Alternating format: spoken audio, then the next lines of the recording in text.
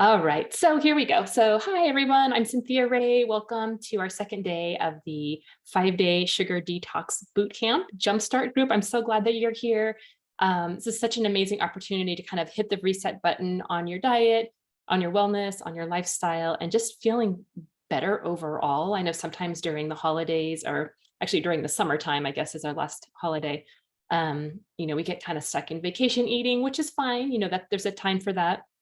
There's a time to bond with family, to create memories when you're on vacation and enjoy special foods that you can't necessarily eat anywhere else but in that location. So I've done it. I've really enjoyed it. It creates lasting memories. But now we're going into a new season, into the fall, kind of everyone's going back to school. The season's actually changing. And now it's time to get back into it and reset your diet. You're just kind of feeling like you're done with it and you're ready to move on. So welcome. I'm so glad that you're here and you've made the decision to take care of yourself the way that you are going to. And on our second day, if you haven't started yet, today could be your day 1 of 5 days.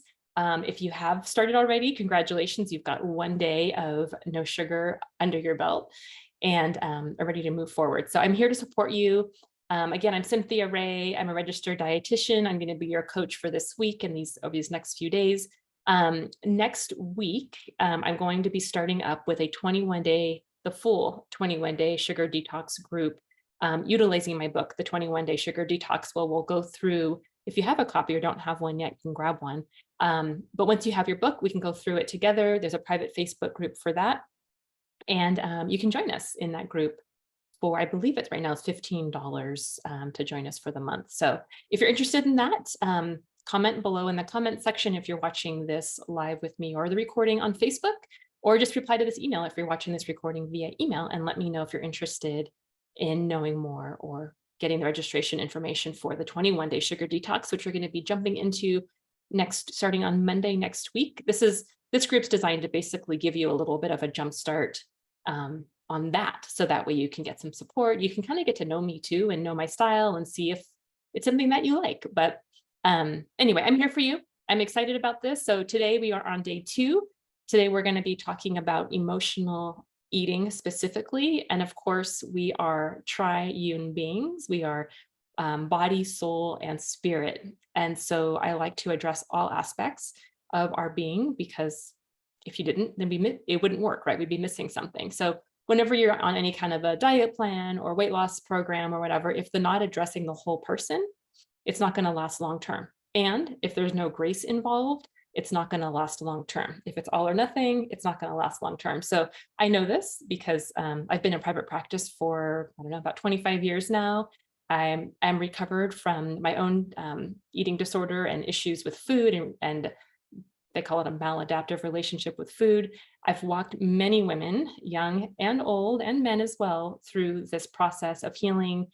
And through the grace of God, was delivered and completely healed from my negative relationship with food, and have created essentially a ministry helping women and other people in the community handle their issues with food, especially emotional. We are human, we have emotions, and sometimes we don't know how to handle them because we weren't taught.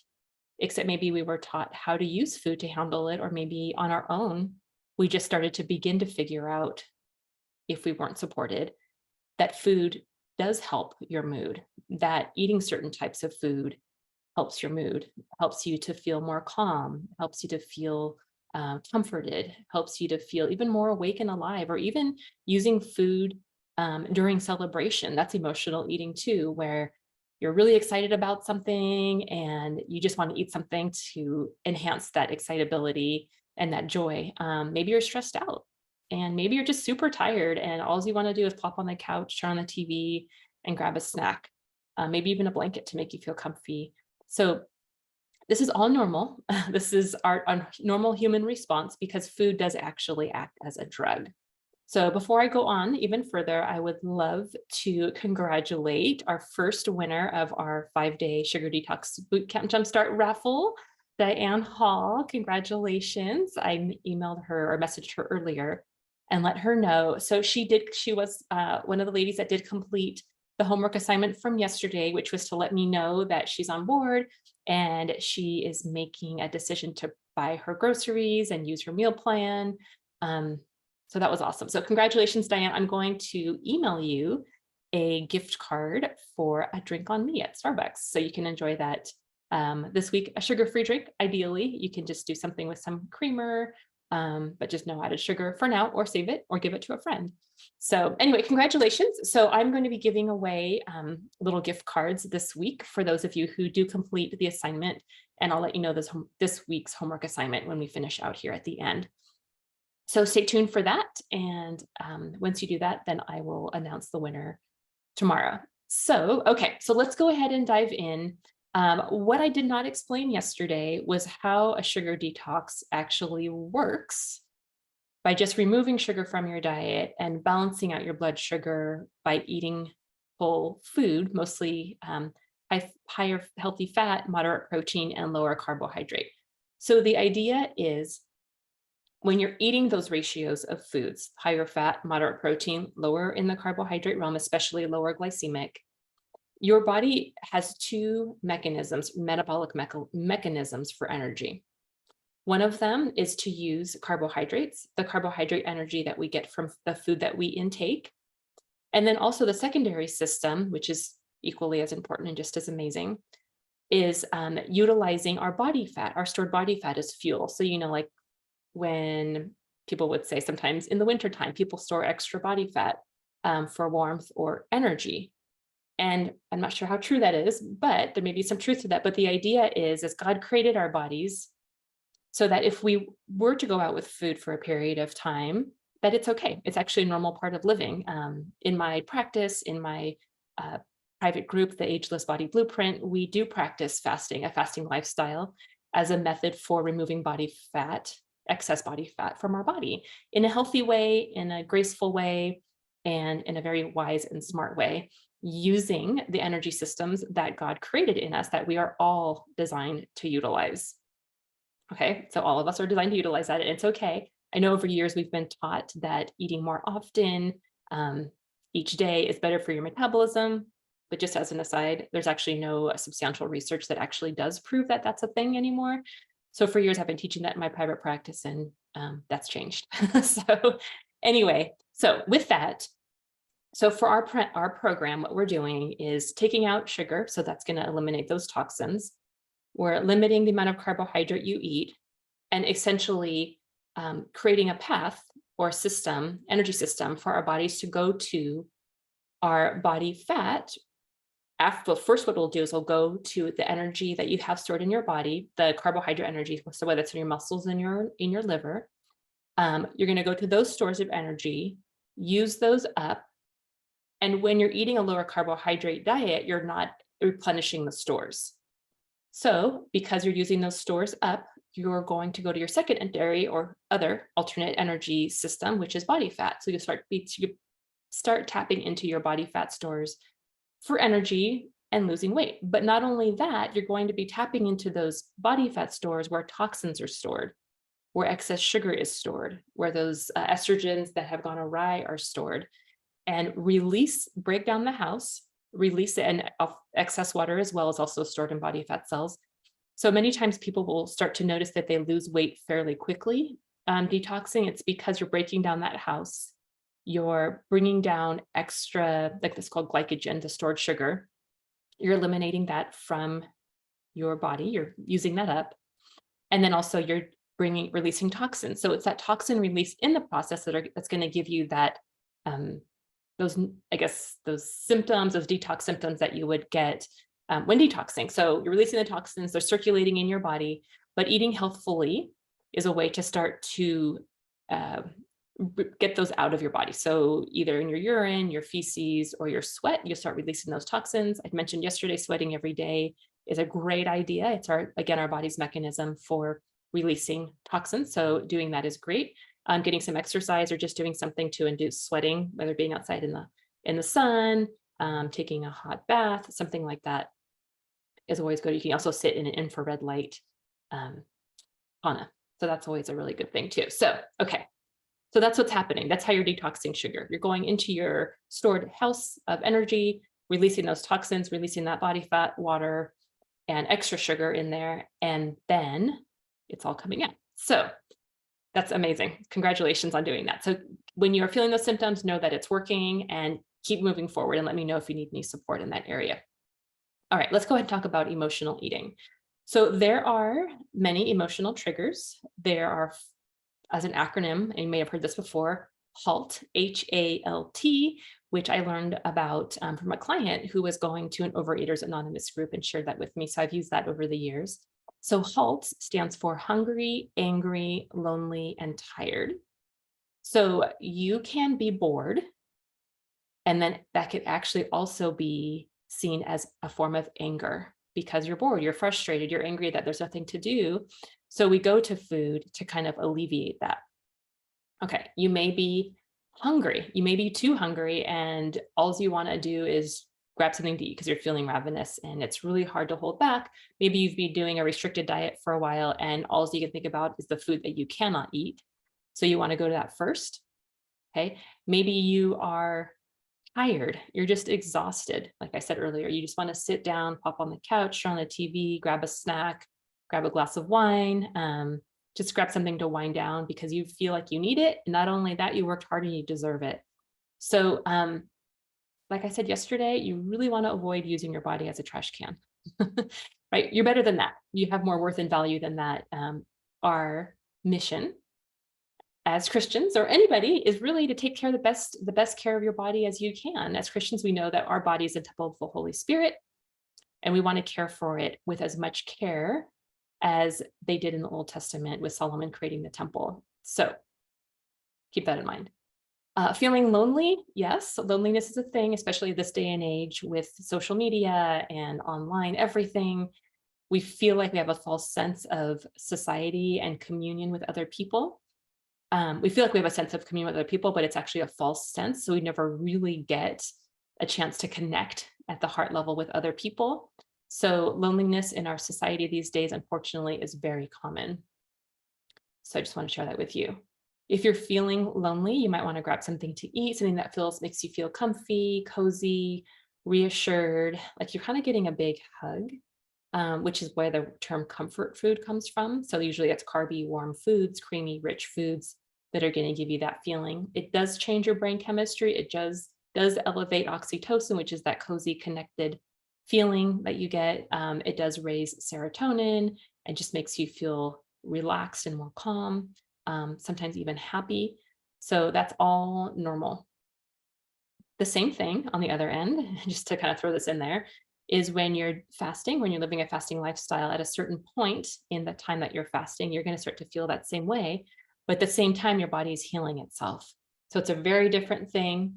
God created this in us. And when you do fast, for example, if you're fasting for spiritual breakthrough, to hear from God, to get a sense of closeness to God, God actually created that in our systems when we are fasting to have better brain clarity and to feel closer and more intimate with Him. So that's actually a really cool design. So fasting, I can't talk about it more anymore, but it's amazing.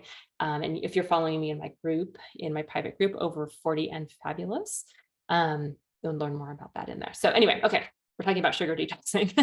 All right, and then angry, lonely, tired.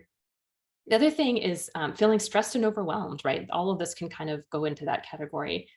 You're just feeling like you can't think anymore. You can't handle being around people anymore. You're just too stressed out. You don't even know where to start with what you're doing. Cortisol is pumping. You are in fight or flight mode. And one of the best things you could do is when you feel like you're stressed out and you feel cortisol is moving and you're just like, got to do something. The hormone cortisol is actually designed for fight or flight, and it's designed to make you want to move. So if you feel like you're stressed out, if you feel like you're angry, it's really important to make your body move. Do not sit down, do not eat. Your body is asking for movement, and you'll be able to use it that way. And it will take the stress off of your body from cortisol. Doing nothing when you're stressed is actually more harmful than doing something. So the best thing to do is I like to do a bunch of jumping jacks, just basically whatever I can do to get my heart rate up to match the beating of my heart from the stress. Do a bunch of push-ups as fast as I can, run up and down stairs, punch a pillow really hard, do something to release that energy, go for a sprint back and forth in your backyard if you need to. Do a bunch of jumping squats or body weight squats, just something to get your heart rate up, so that way you can counterbalance that cortisol rise and reduce your stress. Okay, so I'm starting to talk a little bit about how to manage emotional eating. So, but what you want to do is you definitely want to be able to recognize the emotions that drive you or trigger you to eat when you're not hungry, right? When you're emotionally hungry and in need. So I want to share with you my screen and some of the differences between emotional eating and between eating for hunger. So what you'll notice is that there's a vast difference between the two, right? So there's emotional hunger versus physical hunger, and knowing the difference is going to be key, right? Emotional hunger, this is what's happening. It's felt in your head, and you may feel anxious and panicked. It hits suddenly and it feels urgent. You crave specific items, usually processed food like chips or cookies. It doesn't stop when you're full. It is usually mindless and frantic eating, and often followed by feelings of regret, guilt, and shame, right? I'm sure some of you ladies can refer or understand that. So, or recognize those things. Physical hunger is very different. Physical hunger is felt in your stomach. It actually can be felt in your body as well. It comes on gradually, can be satisfied by any type of food. It stops when you're full. It's a joyful eating experience, and it doesn't make you feel bad after, right? You just feel good, you feel energized, you feel better after you eat than before you ate, right? So sometimes I was talking about stomach hunger. Stomach hunger doesn't necessarily mean that you're hungry. It's actually a hormone called ghrelin, which I'm going to talk about a little bit more this week, where your body's actually conditioned by the time of day that you normally eat. Doesn't necessarily mean that you're hungry. It just means that your stomach's growling. And later on, I'll talk about more physical signs of hunger, which could be, maybe some weakness, malaise, brain fog, things like that is when you're feeling hunger. That actually can be also a sign of dehydration. So anyway, I don't want to get too much into that, but just want to give you an idea that hunger can come in different forms. All right. So I also have another little thing here I want to share with you. See if I can find this slide. Yes, this one here. So this one is cool. It's the same idea, the same concept.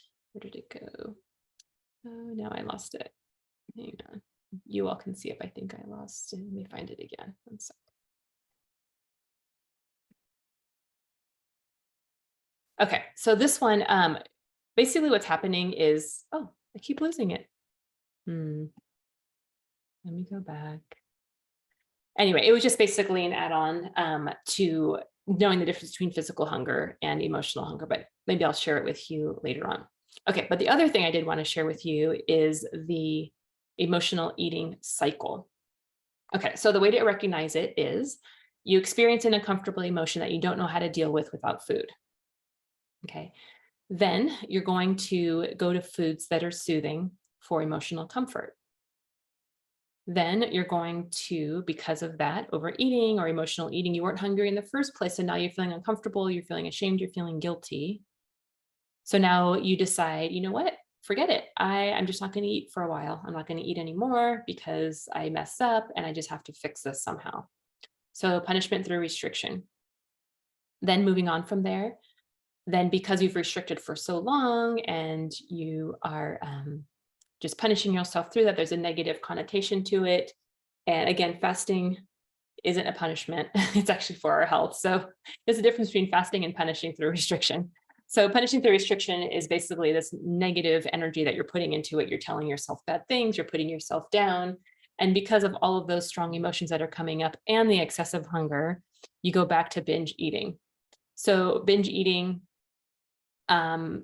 takes you right back to those uncomfortable emotions. You're not feeling good.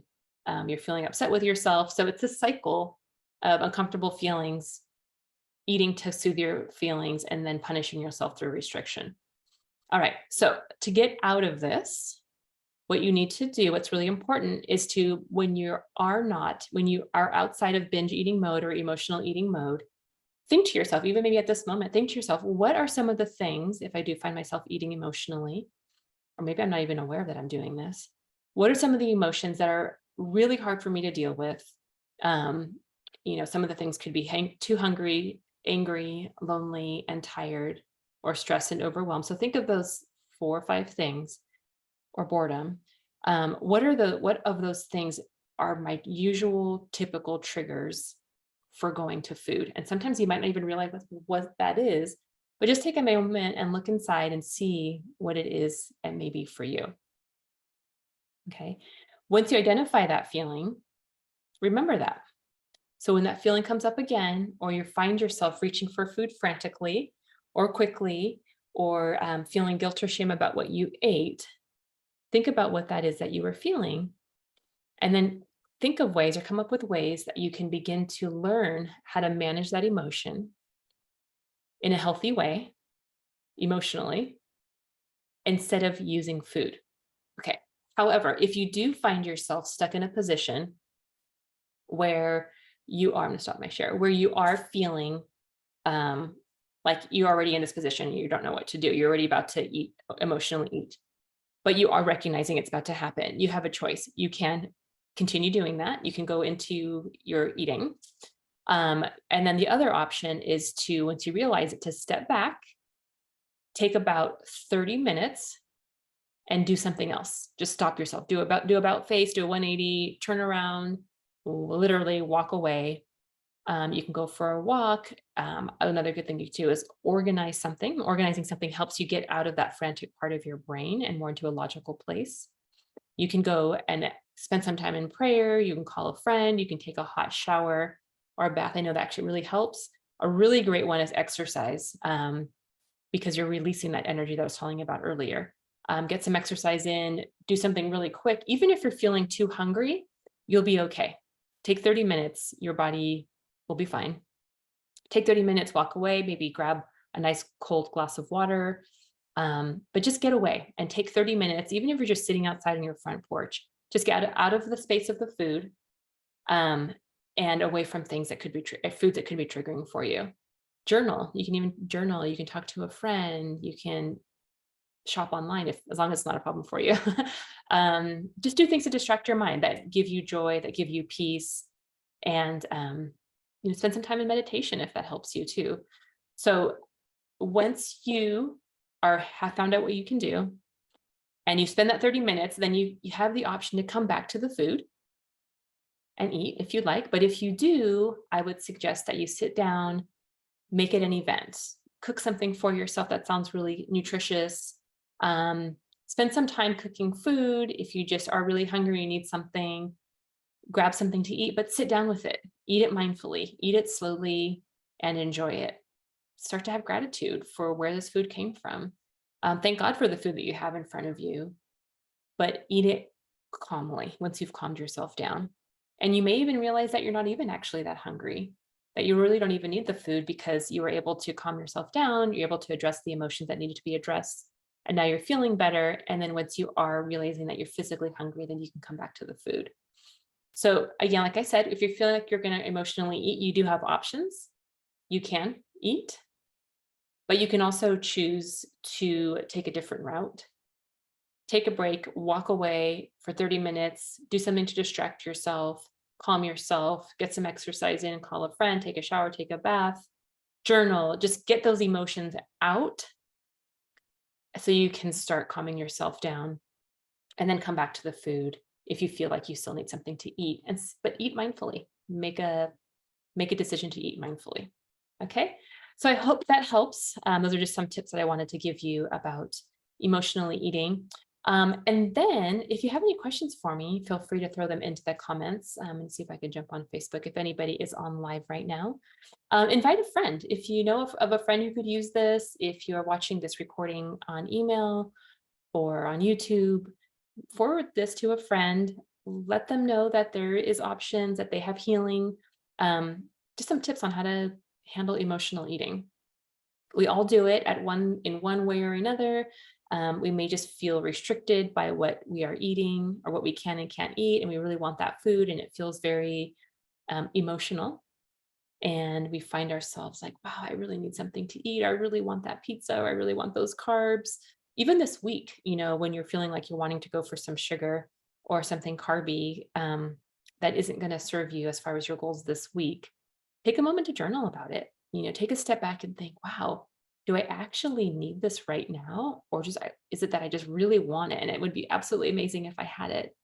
And that's okay. That's okay to feel that way. That's our human nature. But it's really important to acknowledge that, to know that you do have options, to know that you will feel that way. You're going to feel like you're at a crossroads. I mean, last kind of a different thing, but a couple months ago, I did a spiritual fast with a friend, Rennie, and her book group. And God asked me to fast coffee. And that's something I shared with you all yesterday. If you didn't watch, but that I really enjoy it. And it's not that I'm addicted to the caffeine or need the energy. I just love it's for me, it's a symbol of my me time and quiet time and just that warmth and coziness that I get from it. And he let me know that this is something that I should fast for right now. And I did. And it was really hard for the first couple of days. Um, and I did it.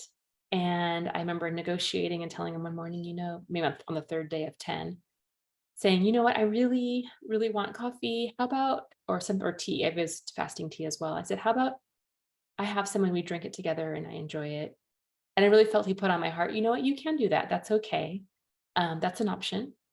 But I knew in my heart of hearts that that's not what I really wanted. I really wanted to honor him in what I was doing and honor my body. Maybe he was doing something in my body as well and in my spirit, or maybe even heaven, in the heavenly realm. I wanted to honor him in that. And I did continue to go without it. And it was hard, but I just let the time pass. And within, that 20, 30 minutes of really craving it, when that time went away, the craving went away. So just hold tight when the cravings come. Just like I said, use those 30 minutes. You're going to notice that the craving is going to diminish. And the more that you walk away from it, the less you're going to crave it. So I talked about that yesterday too. Briefly, before I go, I really want to share this with you. Know too that there are different types of foods that can create different emotions. Food can act as a drug. So one of the things is crunchy, salty food.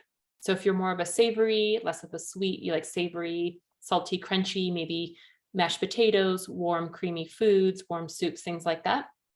As an emotional comfort, that's usually because if it's warm, we want a hug, we want affirmation. If we want something crunchy and salty, there's anger going on, and we just want to crunch on it. And that crunching actually releases brain chemicals, usually serotonin and dopamine, to calm you down, to allow you to feel better.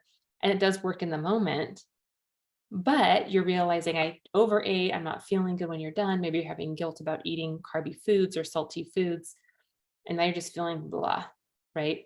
So learning how to identify your emotions based on the food that you're eating might be an easier way. So if you're somebody who goes to crunchy foods, you're like, oh, wow, maybe I'm experiencing anger. What do I need to do with this anger in this moment? But on the other side, if you normally go for sweet, creamy foods, ice cream, cakes, cookies, brownies, don't mean to make you crave these things, but um, then that's probably also where you're wanting that warm emotional comfort, that oxytocin release, where you really aren't craving food, you're really craving an intimate connection with somebody, which is very common, not only with food, but also with addictions in general. I've worked with addictions in the past with other people in my practice with other practitioners. And it really feels like for me, it comes down to wanting an intimate connection with other people and just lacking that, or even lacking the ability to know how to intimately connect with other people. So if you are craving those warmer or just a creamy, sweet food, emotionally speaking, it could have to do with just wanting more intimate connection with people. Maybe you are isolating yourself a little bit too much, but you're not really spending time with the Lord in your quiet time, or isolating feels easier, but it's actually moving you further away from healing. So take a look inside your heart, pray about it, ask God to reveal something in you, or just think about it. What is it that's really, what am I really craving? What do I really need more of in my life that I'm lacking? Maybe I just don't know how to do it or how to get it, or it feels really uncomfortable to connect with people at a friendship level or talk to somebody. Um, reach out to me, let me know. And I'm happy to help you and guide you on how to do that. Or if you know of anybody who would in your life who would be open to hearing you out, um, get in touch with that person and reconnect. So anyway, I hope that helped you all today. I really know that there is so much power in what you're doing in detoxing or fasting from sugar this week. If you want, you can bring God into it and make it a spiritual fast. No matter what, you can bring God into it if that's something that you feel like would help you grow in this, or just do it because you feel like you need to do it and you feel like you need to change the season of your life. You need to do things differently and help to heal yourself, mind, body, and spirit. So again, I hope this helps and have a fantastic day. I will see you all tomorrow in this group at 10 a.m. Pacific Standard Time for day 3. I'll talk to you soon. Take care. Bye.